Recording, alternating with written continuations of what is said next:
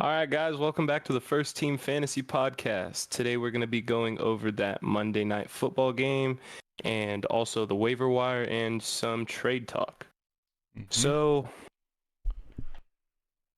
it was kind of a blowout, not kind of either.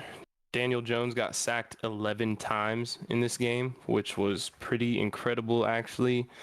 That offensive line is awful on another level.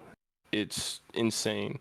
I thought Daniel Jones would be a decent starter in this one, as I thought Jonnu Smith would be, and neither of them gave you a good output. Geno's 13 for 20, 110 yards and a touchdown. Ended with 9.2 PPR points because he ended up catching one of his own passes, funny enough. But still, it didn't give you what you wanted. And unfortunately, he ended up going out in the second quarter with a knee injury in this one. So he only played 69% of the snaps. Drew Lock came in for that other bit of the game. He was 2 for 6, 63 yards, and he had one rush for 11 yards. One big pass to Noah Fant was a large chunk of that. But, other than that, Seattle's quarterbacks didn't really have to do too much. The defense kind of controlled that entire game. Ken Walker ran the ball 17 times, only got 79 yards, one touchdown though, but you were kind of disappointed to see that he didn't get one target in this game. And Zach Charbonnet got 3. Only got one catch for 9 yards, only had 5 rushes for 31. But Ken Walker did play 71% of the snaps. So as a Ken Walker owner, that's something you like to see. Charbonnet only getting 24%. So that's something positive if you have Ken Walker on your team. Mm-hmm. And just like, if Jonnu Smith only completes 13 passes, you're not going to expect that there was too much production from the wide receiver room. Being so, DK only caught 3 passes on 4 targets for 34 yards and a touchdown. He still gave you a decent week, 12.4 PPR points because of that touchdown, but otherwise kind of bleak. Lockett led the receiving room in targets with 6, and he got 4 catches for 54 yards. I gave you 9.4 PPR points, and, it's not exactly week-winning stuff from the Seahawks that we expected. But like I said, the Seahawks defense really did control this game. Mm-hmm. And then the most disappointing, though, was Jackson Smith-Njigba, who continues to somehow only get targeted behind the line of scrimmage. I don't get it. He's an incredible wide receiver, yet his only targets are screens and of that sort. Waldron is just total malpractice over there. But he finished 3 for 6, 5 yards, 3.5 PPR points. He's out there 53% of the snaps. Right now, he's not really looking like a guy that... if you want to roster him and hold on for better days, go ahead. Because there's not too much out there right now, but not someone you can start at all right now. At all. Mm-hmm. And then, as far as the tight ends, Noah Fant had a big day on 2 catches, 63 yards, and he only got those 2 targets. So as far as tight ends go, he's a good tight end, but he's not on the field that much. He's only got 45% of the snaps, where Colby Parkinson got 58 and Will Dissly got 53%. Then Parkinson still got 1 target. So it's he's not getting much more work than the other 2 tight ends, therefore not really someone I'm that interested in, because I want my guys to be on the field like we talk about. It's really all I got for Seattle. Yeah, their offense didn't have to do too much because their defense was so great this game. Ken Walker is obviously the lead back, but Charbonnet had draft value coming into the fantasy season because of where the Seahawks drafted him, Ken Walker's injury history, and people thought maybe, they were going to take some load off Ken to give to Zach, and it just has not happened. I'm concerned as a Charbonnet owner. It's almost getting to the point where if you don't have Ken Walker, it's not worth rostering Charbonnet, because we're now 4 weeks into the season. We're not seeing that snap in percentage increase. I mean, you're not seeing what you want out of him, but he's a guy that has like that handcuff value. Like you said, if you have Ken Walker, he's a lot more valuable because if Ken Walker were to go down, he's the guy that's going to step right into that role. And he does look good running the ball. Yeah. And he provides more of a pass catching option than Ken Walker does, apparently, getting 3 targets to Walker's 0. And I mean, he's a stash guy. Another guy like JSN, someone you can't really start right now. But that it sucks because he's drafted pretty high, and you kind of thought that they'd work him in a little bit if you do happen to have Charbonnet. But right now, he's definitely not someone you can count on at all. No, and then the same with JSN. We've seen it, even the Chargers with Quentin Johnson, even Mike Williams goes down. They play a Raiders defense that was better than we thought they would be against the Chargers this week, but you're just not seeing, the targets you expected from first round picks. Tyler Lockett is another one I am starting to get concerned about. He's broken double digits one time this week where he had a huge game. I mean, and it was his high point in yards with 59. Week 2, he caught 2 touchdowns, had a solid week. But his other weeks, week 1, he had 3 points. He had 8.4 week 3. He had 9.4 this week. It's just the one thing with Tyler Lockett over the years has been his consistency. And his consistency range was in like a 12 to 15 range. And we've seen that dip a little bit. That could be because, they're able to get it done running the ball with Ken Walker. DK Metcalf is obviously going to get the main target share. Geno hasn't looked as good as he looked last year, at least to start the season. So, if you're a Lockett owner, it is just a little concerning seeing only, single digits 3 out of the first 4 weeks of the season. And then the tight ends, Noah Fant, he's a good player. He's not out there enough and doesn't get targeted enough to, consider starting, I would say. Yeah, if you're throwing a guy like Noah Fant out there, you're praying for the big play or a touchdown. And that that takes us to don't offer much more. Yeah, and on the other side of the ball, it was not pretty by any means. Daniel Jones had a very good completion percentage. He was 27 of 34 for 203 yards. Didn't throw a touchdown, threw 2 picks, had 10 rushes. Touchdown to the other team. Yeah, threw a touchdown, 99-yard touchdown to the other team. Had 10 rushes for 66 yards, finished 10.72 fantasy points. He's another one that his rushing upside keeps him viable, but he's had a couple shaky weeks, and that offense without Saquon just looks terrible. Mainly being that offensive line. Matt Breida had a okay game. He had a solid game fantasy-wise, but 14 carries for 30 yards. He got absolutely stifled. He was able to get it going on the receiving end. He had 5 catches for 48 yards on 5 targets, finished 12.8 fantasy points. If you were throwing him in as a replacement for Saquon, you can't be too upset. That's a solid week from Matt Breida. But when Saquon comes back, obviously Matt Breida is gone. Gary Brightwell is irrelevant fantasy-wise and in the Giants offense. Even with Matt Breida being the guy there, Gary Brightwell's not getting a run really at all. As for the receivers, it's just a super crowded room with no one that's very good. I'd say Wan'Dale Robinson is like their highlight. He had 5 catches for 40 yards on 6 targets. He was out there 64% of the snaps, had 9.7 fantasy points. He had a solid week. When you look at the rest, Isaiah Hodgins, Campbell, Slayton, Hyatt, Shepard, none of them are really separating themselves from the other. And fantasy-wise, I'm kind of avoiding all of them, but Wan'Dale does show a bit of an upside. And then a bit of an upgrade from Kyle Pitts, maybe.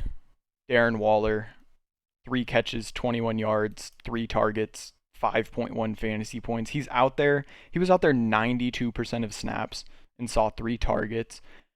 And, the Giants, their O-line was so bad this game, Daniel Jones didn't even have time to really let things progress and go through his reads.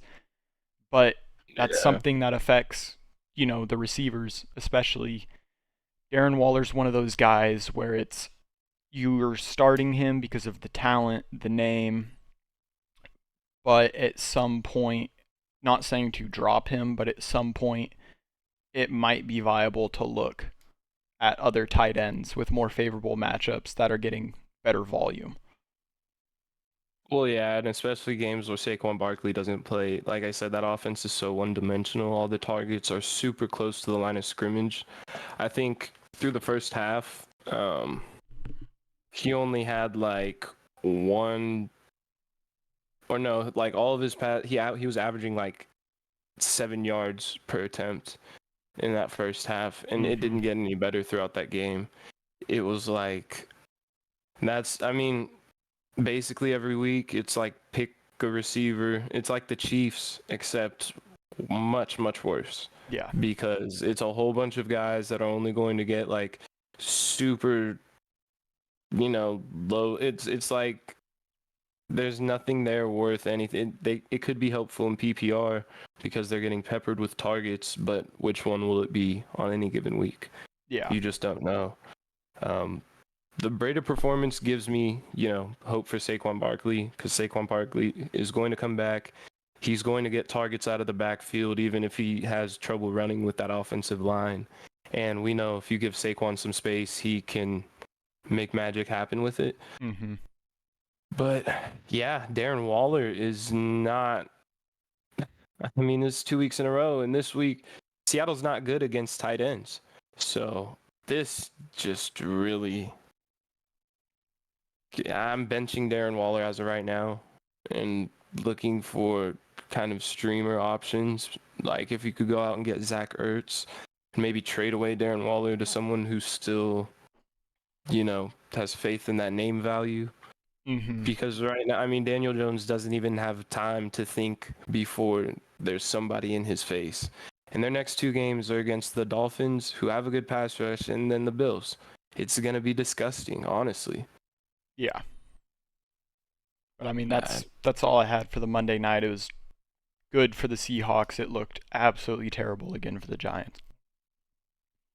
Yeah, well, it's looking bleak. And like I said, those next 2 matchups, if you have Darren Waller, you're going to want to look to trade him or bench him.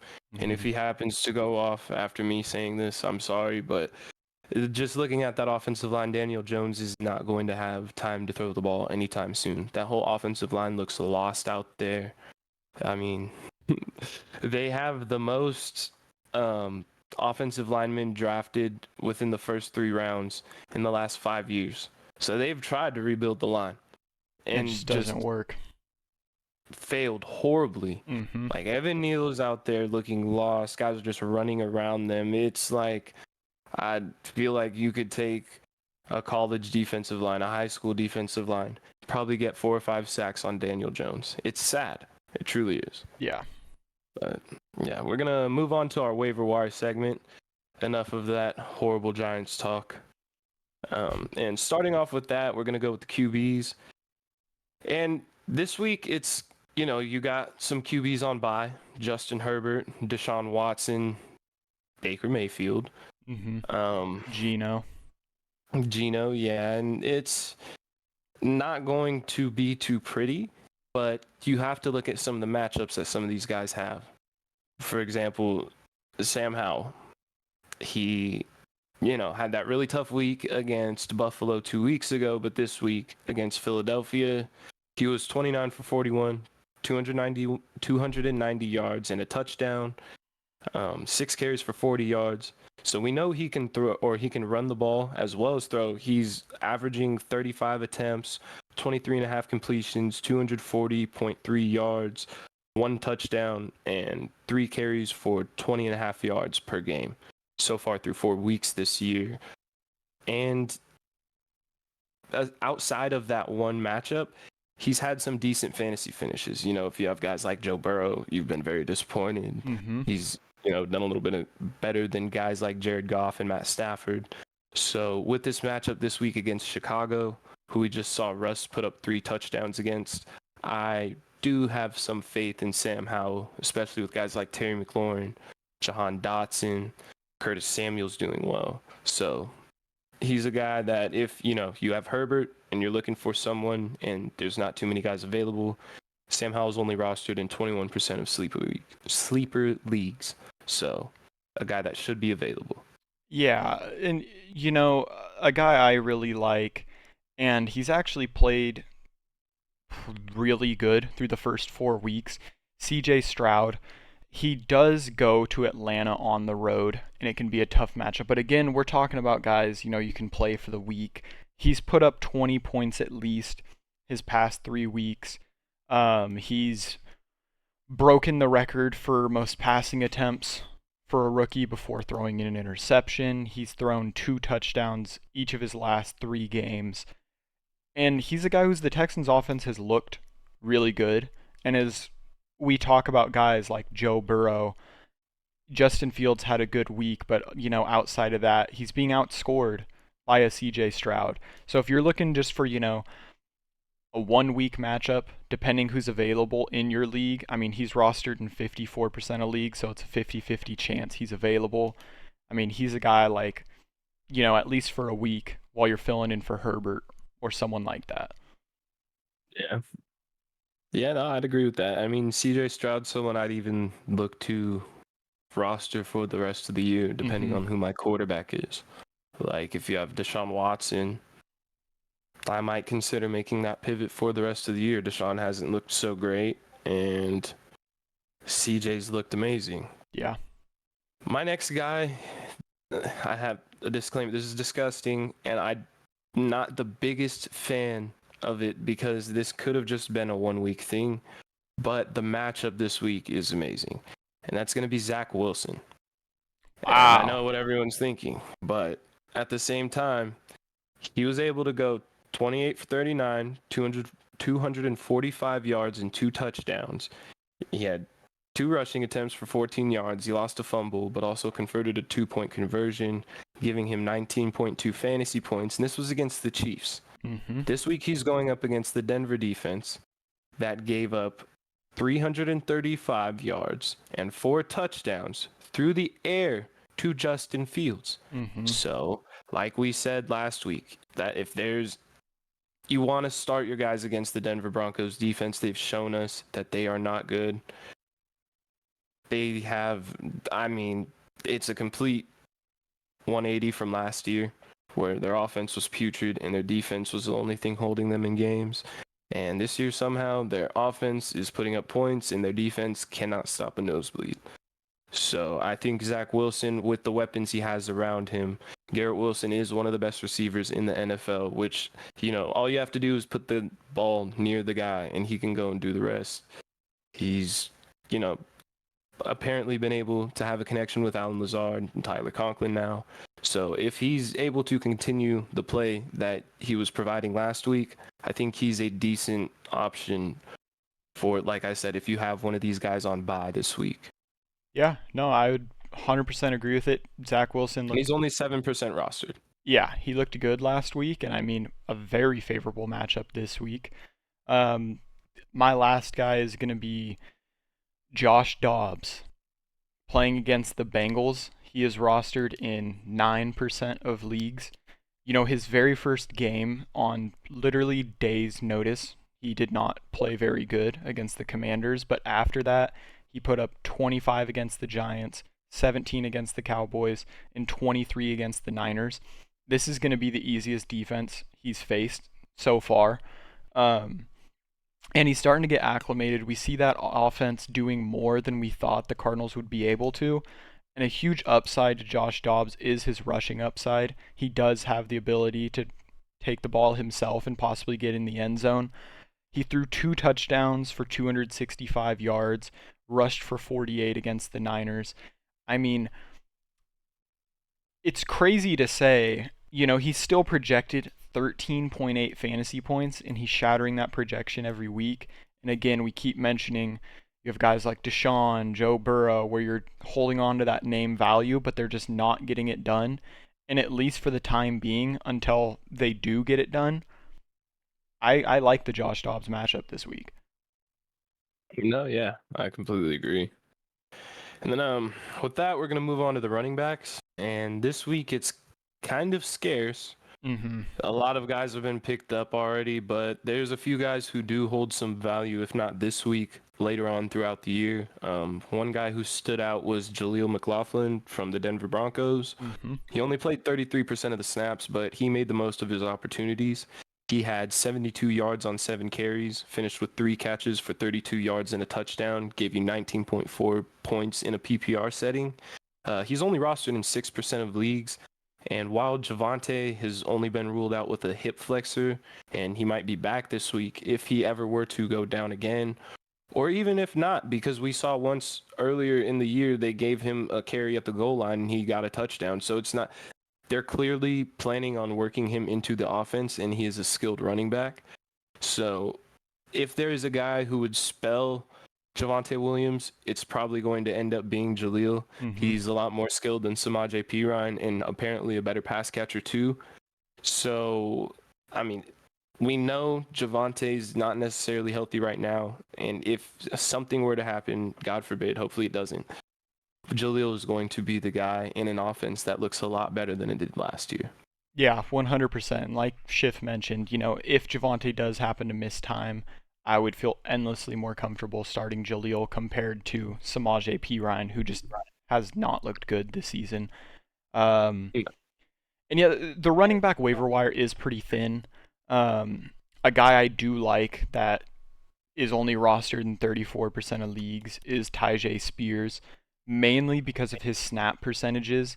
He's played over 50% of snaps in 3 of the 4 games.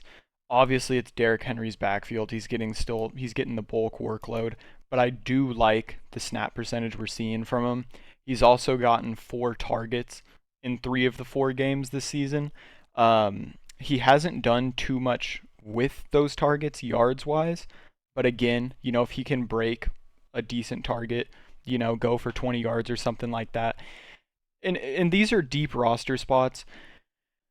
And as we mentioned with guys like Zach Charbonnet, who we thought were going to play more prominent roles in their offenses, we just haven't seen it so far. Zach Charbonnet, I'm still holding out hope for because they did use a high draft pick on him. And we assume at some point he's going to be integrated into the offense, so I don't hate keeping him rostered. 2 guys that I'm completely willing to move on from, and probably am going to this week. Dalvin Cook with the Jets. We've seen Breece Hall struggle, and Dalvin is playing like 25% of the snaps. The fall off is really hard to see because he was still very good for the Vikings last season when healthy, and he plays through injury like no other. But just Dalvin, yeah, we're holding on to him because of his name. He's 79% rostered, and he's scored like, I don't even know the exact highest, but I feel like it's like 7 point something is his highest. We're seeing 3 point week, 2 point week. He's a guy I'm moving on from.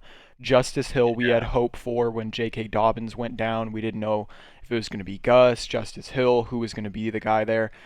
And it's kind of by committee. Gus is the obvious number 1. Lamar's rushing attempts has spiked like crazy, and Justice Hill played less than 20% of snaps. We're seeing Melvin Gordon outsnap him, so I'm completely moving on from him. And when I'm looking at picking up guys like Tyjae Spears, and then I'm looking at Justice Hill, I mean, I'd rather roster the guy that's at least getting, a favorable amount of snaps. Yeah, I mean, it's funny because I have Keaton Mitchell as my next running back. He's the Ravens rookie. He's coming off of IR this week, but as we know, Ravens running backs have a hard time staying healthy. Gus Edwards has had injury history, as has Justice Hill. But any of these Ravens running backs, for that reason, are kind of worth a stash, if nothing else, just due to the fact that if you have a healthy guy in an offense that, they put up 28 points this week, there's going to be opportunity for them. They like to run the ball. You just kind of have to hope your guy is the one that gets in the end zone that week. But like I said, given the health, it's just these are guys more to stash than to play right away. because their bye week isn't until week 13. So there's someone like, if there is an injury in that running back room, or if you have a running back that goes down and you happen to have Gus Edwards, who's rostered in a bit more leagues. Justice Hill's only rostered in 46%, but Keaton Mitchell is only rostered in 11%. So he's a guy that you could probably go out and pick up for free. And, in my opinion, he's a really good option. He looked good in the preseason. He initially made the 53-man roster over Melvin Gordon. And that, shows something. The only reason that they put him on IR, because his shoulder injury wasn't that bad, but it was because J.K. Dobbins at that time was healthy and the running back won. The whole situation's changed now, so we'll see how things shake up throughout the rest of the year.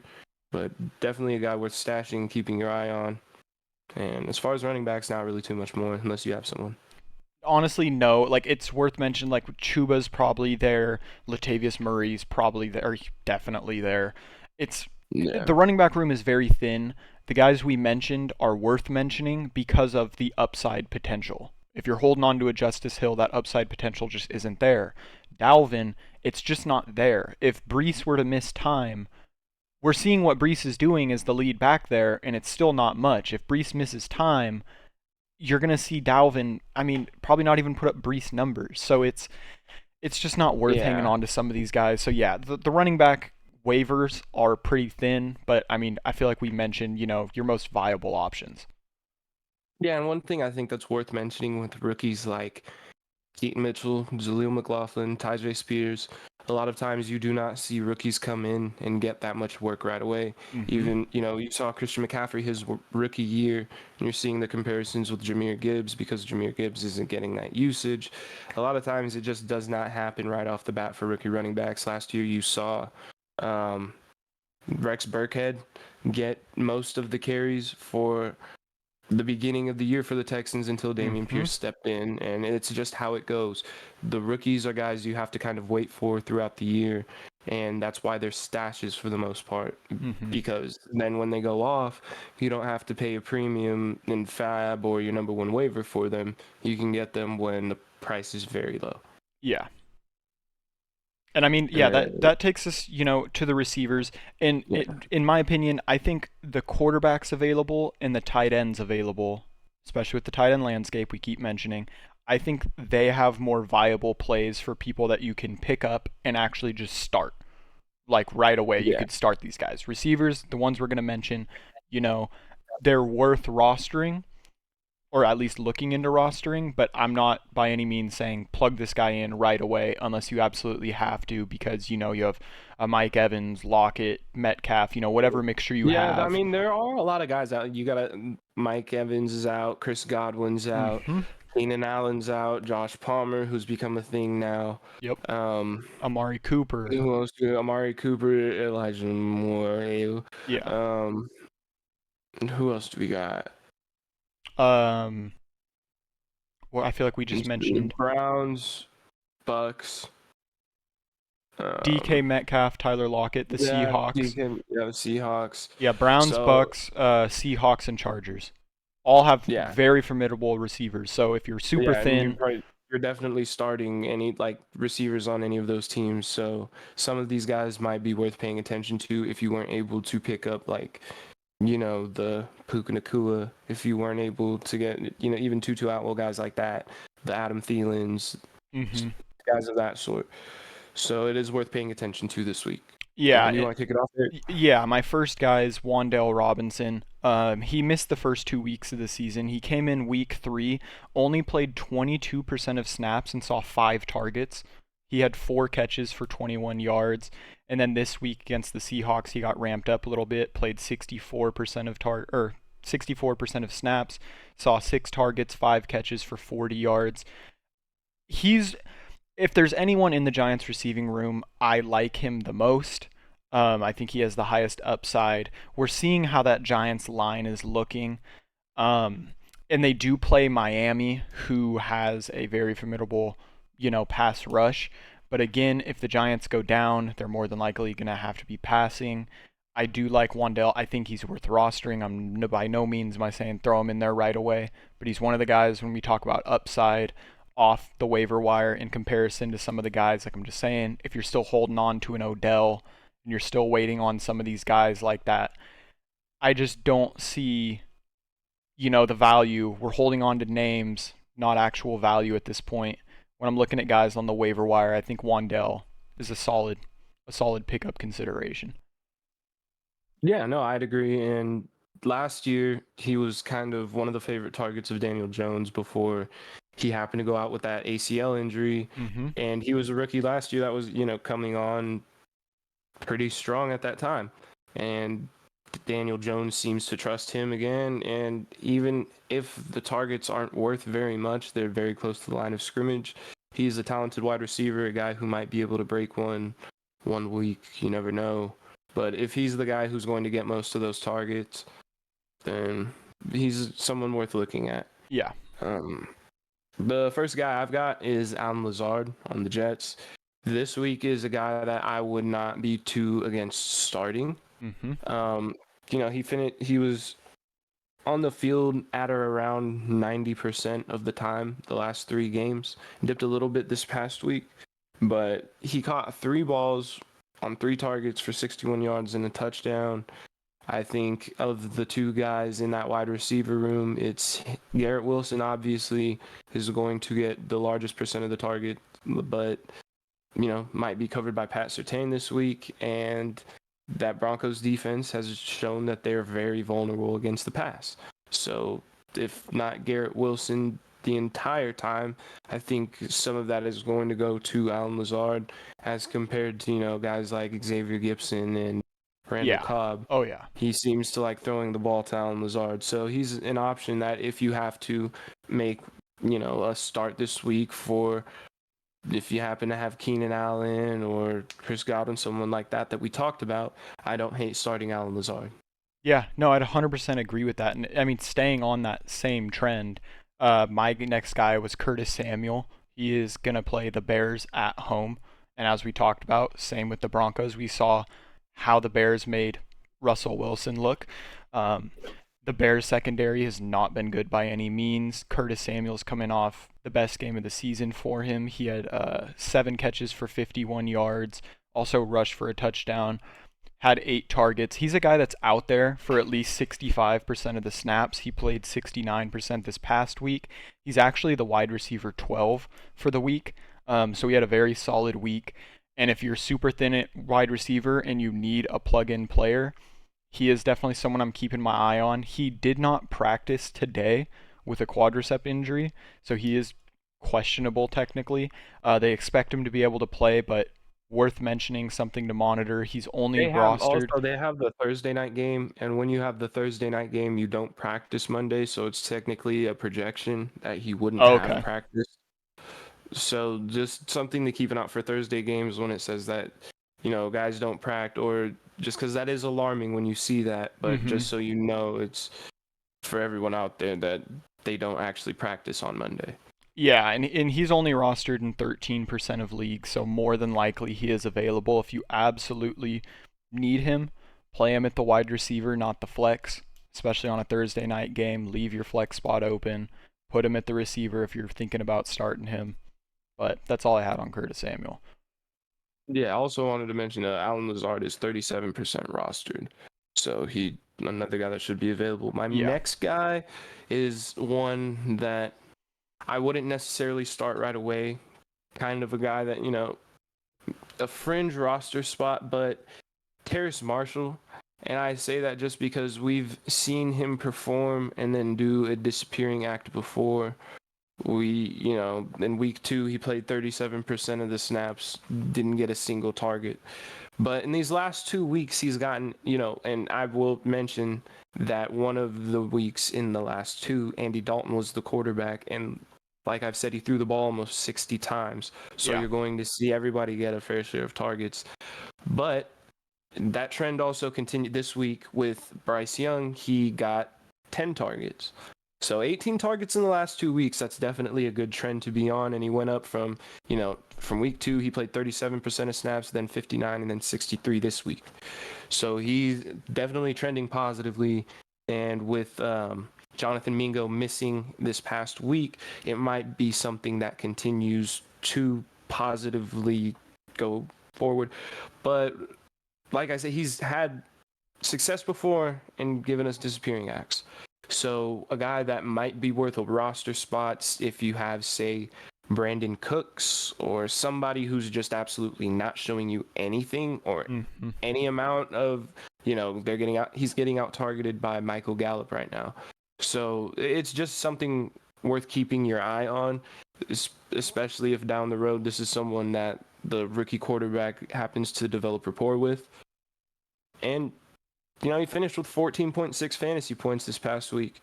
You're not going to see too many touchdowns in this offense, but a guy like, Wan'Dale Robinson, if the volume's there, volume is something that we like, especially in a PPR, half PPR format. Mm-hmm. And he's only rostered in 5% of league. Oh, yeah. So he's definitely available. My last receiver, Michael Gallup, as Schiff just mentioned, Brandon Cooks has kind of taken that back seat. The first 2 weeks, Gallup only saw 2 targets. These past 2, he's seen 7 and 6. And against the Patriots, with their defense, how well they played, Michael Gallup only played 53% of snaps. He was averaging right around 70% for the first 3 weeks. They just didn't have to have their receivers out there. He still caught 5 catches for 60 yards on 6 targets, finished with 11 points. They go to San Francisco and play the Niners. The Niners' corners aren't the greatest outside of Chardavius Ward, who will, I assume, be guarding CeeDee Lamb. Gallup's a guy, I feel like he should have a roster spot at this point, only because we're looking at upside, and if you can get a consistent, 5+ targets from a deep bench receiver, that is very solid for you. He's only rostered in 22% of leagues. I don't know if I would start him. I like a couple other plays more, but if you're completely desperate, I don't hate the Michael Gallup start. Yeah. And I think one more guy that we do have to mention is Michael Wilson for the Arizona Cardinals. This has been 2 weeks where he's put up over 10 fantasy points.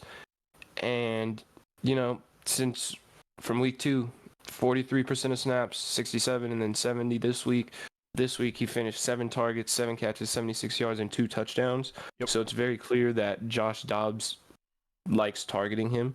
He's a rookie, and like we mentioned with rookies, even with wide receivers, a lot of the times it happened with Justin Jefferson. Didn't necessarily start blowing up right away, but they draft some of these guys for a reason. So I think, especially if Kyler Murray comes back, he's a guy that can probably expand his role throughout the year. Their only real threats on offense are Hollywood Brown and Zach Ertz. You could say Rondale Moore too, but we've even seen he's getting more targets than Rondale. Yep. Rondale's kind of the gadget guy that they use with the end arounds and the little screens and stuff. But I think Michael Wilson's going to establish himself as the wide receiver 2 on the Cardinals, who's an offense that we like a lot more than we thought we did in the beginning of the season. Yeah, and I 100% agree with that. And if that's the last wide receiver, that kind of segues perfectly into my first tight end, which is Zach Ertz. Coming into this week, ending week 4, heading into week 5, he is tight end 10. He is only rostered in 35% of leagues. Something I really like with Zach Ertz is 30 targets through 4 weeks. That is very nice to see. He just came off 10 targets this past week, 6 catches, 53 yards, 11.3 against the Niners, and now he's going to play against the Bengals, who their defense has not looked very good. And when we talk about guys like Darren Waller, Kyle Pitts, that just aren't getting the volume that you'd expect from these big name players, when you look at a Zach Ertz, at some point the numbers don't lie. He's the tight end 10. If you're playing in a 10-person fantasy football league and you have Kyle Pitts, Darren Waller, and they're 15, 20, 25 ranked tight end, eventually you got to say, until they start giving you consistent weeks, I don't hate a Zach Ertz play. No, yeah, I agree with you.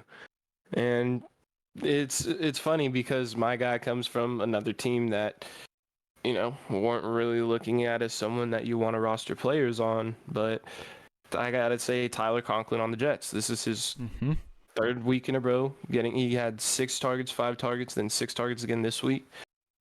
He 10 points, 5.6, and 9.8, which is a better 3-week span than a lot of tight ends have given you. And if he's if he's a safety valve that Zach Wilson likes to throw to, and we start seeing better weeks out of Zach Wilson, then he's a guy that I don't mind playing. This week, especially if you have a tight end out, if you, for some reason, were starting Cade Otton, or, if you were still sticking by Gerald Everett, or something of that nature, then this is a guy who goes up against Denver this week, who just gave up the tight end 1 week to Cole Kmet and the Chicago Bears.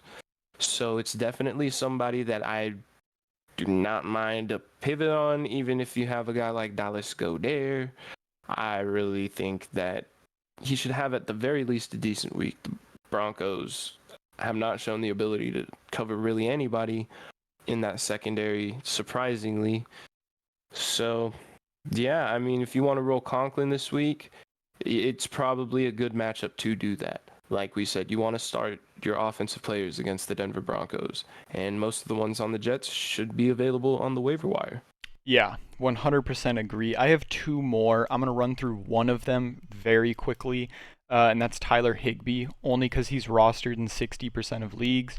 So, there's a chance he's available for you. He's tight end 9. He got the contract extension, and they are using him. He saw 11 targets, 5 catches, 64 yards, 11.4 points. He's out there at least 90% of the snaps each game. And he's the tight end 9 without getting a touchdown so far. So if he's available, and he's playing the Eagles, good defense, terrible against the tight end. It's a favorable matchup for him. We know Matt Stafford's capable of getting the ball through the air. He's someone, if he's available, I feel completely comfortable starting. The other one is a bit more of a gamble, but the best fantasy tight end in Atlanta, Jonnu Smith, not Kyle Pitts. Let that one set in for a second because it's the case. Jonnu had 0 targets week 1, and since then he has had 6, 8, and 6. And for tight ends, what we've seen, that is very solid. 20 targets through the past 3 weeks. He just caught 6 catches for 95 yards, 15.5 fantasy points. He was the tight end 3 this week. They are playing Houston. That one I don't like as much as Ertz or Higbee, but it's something to monitor. Jonnu's available in every single league, just about. He's like 2% rostered. And that even speaks more to, even if you're not going to start Jonnu, if you heard what we just said, though, that's a huge red flag for Kyle Pitts on top of all the red flags we already have. It's just... in 3 games, Jonnu Smith has 179 receiving yards in 3 games that he's really participated in because he didn't get a target in game 1. Kyle Pitts has, in 4 games, 121 receiving yards. It's very clear who Arthur Smith has in his plans and who Desmond Ridder is capable of getting the ball to, apparently. So, yeah, it's disgusting, but if you need a tight end, he's apparently the guy. Yeah. And then after that, I have a couple of defenses this week that I wanted to talk about because I like the matchups. And like we said, there's a chance, you had the Tampa Bay defense, probably not the Chargers or the Seahawks. You probably had the Browns. You probably did have the Browns. But, yeah, the Seahawks are coming off of a very good week. But, even if you have some of these other defenses, like the Niners play the Cowboys this week, they could give up some points, and that might not be the greatest. You just have to look around at the matchups, and 2 of the ones that I like the most are Detroit, who play Carolina in Detroit, And right now they're on sleeper, the 11th ranked defense. They're coming off of a very good 2-week span. They gave up a whole lot of points to the Seahawks, but outside of that game, they've been pretty solid as far as fantasy defenses go. And we just saw, the Minnesota Vikings get a strip sack for a touchdown against this same Carolina offense. Detroit's been pretty intense on that pass rush. So I think they're going to get to Bryce Young a few times. Might generate a few turnovers. Definitely a start that I like. And my other one is Miami. They will be playing at home against the New York Giants, who we just saw give up 11 sacks to the Seattle Seahawks. And Miami does have a pretty good pass rush. They're coming off of an ass kicking in Buffalo, so I'm sure they're going to be playing with some fire on both sides of the ball. Yeah. So, Detroit's only 9% rostered, Miami 36%. Probably defenses you can go out and get, might not even have to put a waiver claim. But if a defense is what you need this week, I wouldn't hesitate on putting a waiver claim on them. Yeah.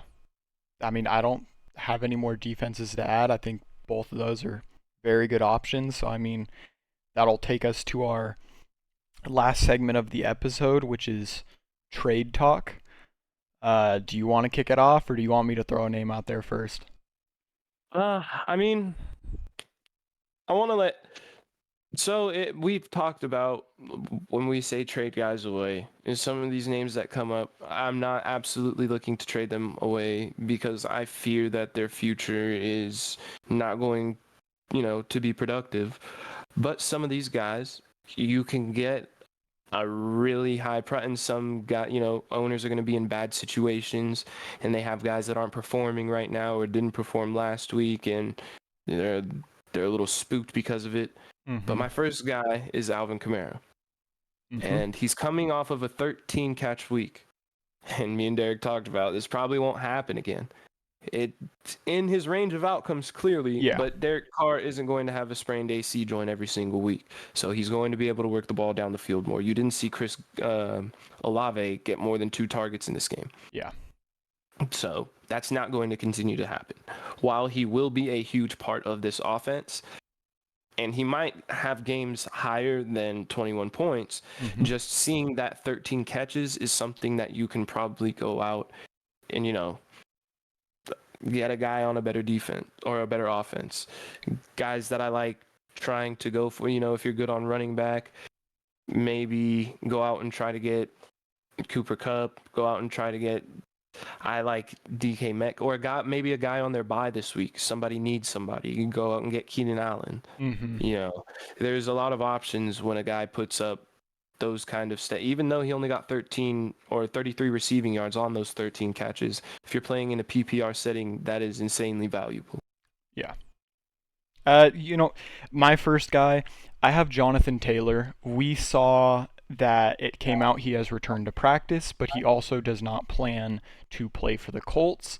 And the Colts have been very stingy with their asking price for Jonathan Taylor.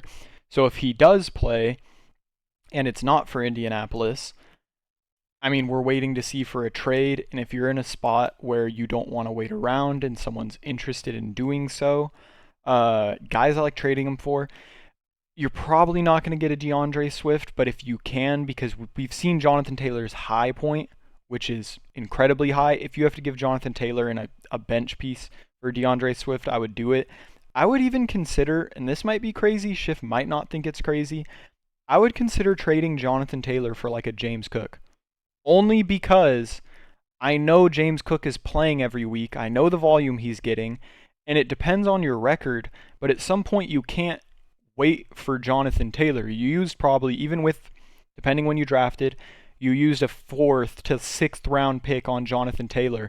And if he doesn't play for 7-8 games or whatever it is, I don't know. He has to play 6 games this year in order for the contract year to not be voided. But that's the big question. Will he play more than 6 games? And if you can't afford to have those questions on your roster, then it's a good time to trade him away. He's coming back to practice. That's the big thing right now. So there should be a lot of hype around his name. And I'd say, yeah, if you can go out and get someone, if you can go out and get, I mean, a guy I have to trade for, Isaiah Pacheco. If you can go out Yeah. and get Isaiah Pacheco, I really like the usage he's getting. The other two running backs are useless compared to him. He Mm-hmm. looks 100 times better. They just gave him 20 carries for the first time. So they're clearly willing, like, and they don't really have any receiving threats outside of Travis Kelce. Mm-hmm. And I like what I've seen from Pacheco so far. And if you're going to get that on a good offense that will have opportunities to score compared to a guy that you don't know if he's going to play more than 6 weeks this season, Mm-hmm. I think that's a trade to go out and make. Yeah.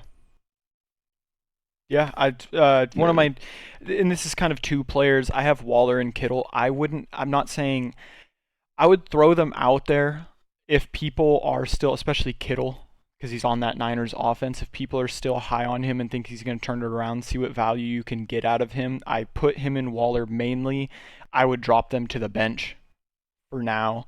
And I like picking up, as we mentioned, a Zach Ertz or a Tyler Higbee to at least start for them this week until we start seeing some more consistency there. Someone I like trading for a lot, Tank Dell. I think Tank Dell is the number 2 receiver there. Robert Woods is solid, but he's kind of fading away a little bit. Nico Collins just had the monster week, but Tank Dell is someone I am high on trading for. And if you can go out and trade a George Pickens, who once Deontay comes back, will see a little less targets, and also Kenny Pickett, it's a bone bruise. We'll see how it all plays out. I know they have the bye and everything, week 6. So yeah. We'll see. But, I mean, if I can trade a George Pickens, honestly, if I can trade Tyler Lockett, I would trade Tyler Lockett to get Tank Dell. The upside of Tank Dell right now, he has the huge playability, and even his low point has barely been lower than Tyler Lockett. 3 out of 4 weeks. So, I mean, it's tough because Tyler Lockett has been as consistent as they come. I'm just saying something to consider. But I am pretty high on Tank Dell. One thing I do, I like, depending on the depth you have, one thing, trading for receivers and running backs on their bye week, because people don't necessarily, it puts some people in bad positions, so they end up having to start players that aren't necessary. And, some people might just hold on for that week and take that L, but there's players who, might be 0-4, 1-3, can't really afford that. So it's definitely worth kicking the tires on. A couple more guys I had that had down weeks, which a lot of time, owners can panic when, like Chris Olave, he had a horrible week this week. And if they aren't paying full attention to what happened, knowing that Derek Carr was playing with the half a shoulder, then they're going to see that stat line and be very confused. Like, what is going on? But, that's what I mean. You got to just kick the tires on these guys, like Michael Pittman. Didn't get anything this week. He had like 1 catch for 2-point conversion. Zay Flowers had a down week, but he played the Browns. Browns have a great pass defense. Yeah. And Zay Flowers especially is one guy I like because there's no one in Baltimore in that receiving room who he's really going to have to compete with for targets. Mark Andrews' targets are different, in my opinion, because Zay gets a lot more of the close to the line of scrimmage stuff where they just let him get the ball and try to work from there. And he's going to get like 3 or 4 of those a game. And they're not going to go to any other receiver. Those are like designed for him. He's going to have a lot of stuff specifically designed for him in this offense. So he's a guy I like along with those other two. It's funny you mentioned James Cook because he's actually a guy that, if possible, I would trade away this week you have seen them be very willing to work in both Damian Harris and Latavius Murray. And James Cook was down to 40% snaps this week against Miami.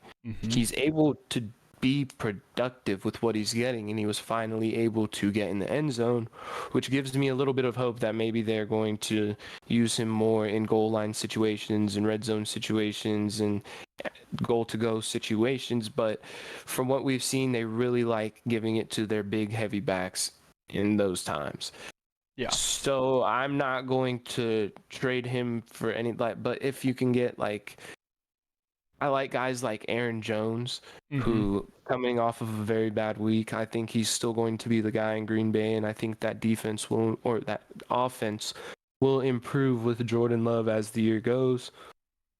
I like guys like, I think Travis Etienne, just because he's on the field so much. It just bothers me when you're seeing your running back only on the field for 40% of the time. Granted, his day was saved with the touchdown and the 48-yard reception, but had those not been there, then, I mean, he has the skill to make it happen, but you just want your guys on the field a lot more than 50% of the time.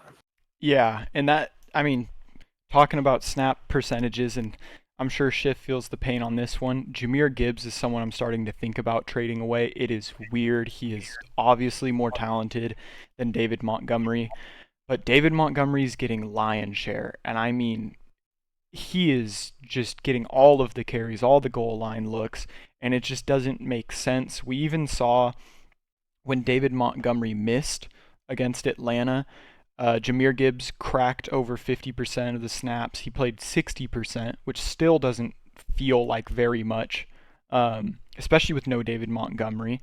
We're seeing him get targets out of the backfield. He hasn't gotten more than 8 carries other than the week David Montgomery missed, and he's cracked double digits one time, and that's when he got 7 receptions. As the year goes on, we mentioned with rookie running backs, his volume will probably amp up. It's just different for me because we see Bijan with Tyler Algier. Tyler Algier is no David Montgomery. Bijan is getting the workload. For whatever reason, even David Montgomery not being the most efficient runner, the Lions are getting it done.